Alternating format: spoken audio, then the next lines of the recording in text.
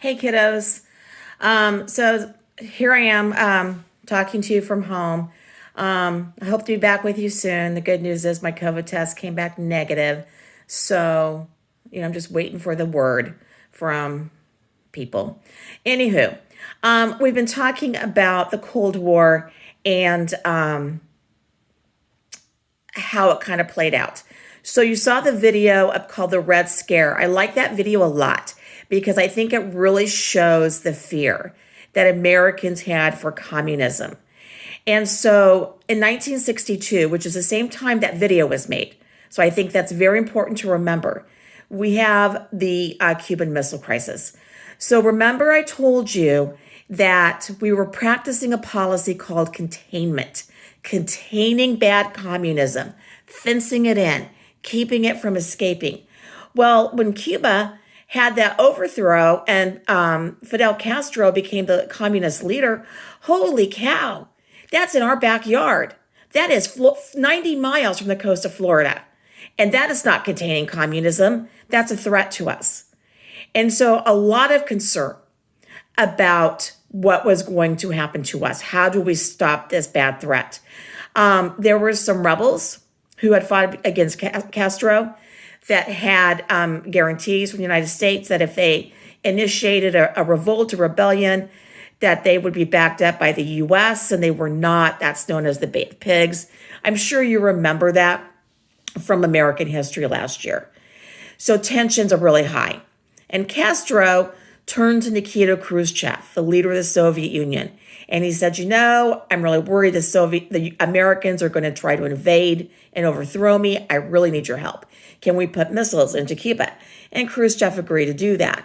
Keeping in mind that Cuba wasn't such a big player for Khrushchev, but while Khrushchev certainly was not on the crazy train like Stalin was, he still didn't like America and was still a good communist and wanted to do what he could do to help another communist nation. So he agreed to put the missiles into Cuba. And that's when American spy planes saw the missile installation and all heck, if you will, broke loose. John Kennedy had a lot of pressure from American politicians to bomb the Soviets. Khrushchev had a lot of pressure from his people to bomb us. It was a very tense standoff. It's the closest we've come to nuclear war.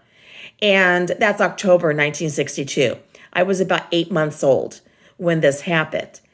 And really because Khrushchev and Kennedy did not want nuclear war to happen, it didn't. And I think it's important to remember that, John Kennedy, and like he should, gets a lot of credit for ending the Cuban Missile Crisis, but Nikita Khrushchev deserves that as well, because Nikita Khrushchev did not want to go down that road either. He did not want to go down the road of nuclear war with the United States. He knew what it would mean.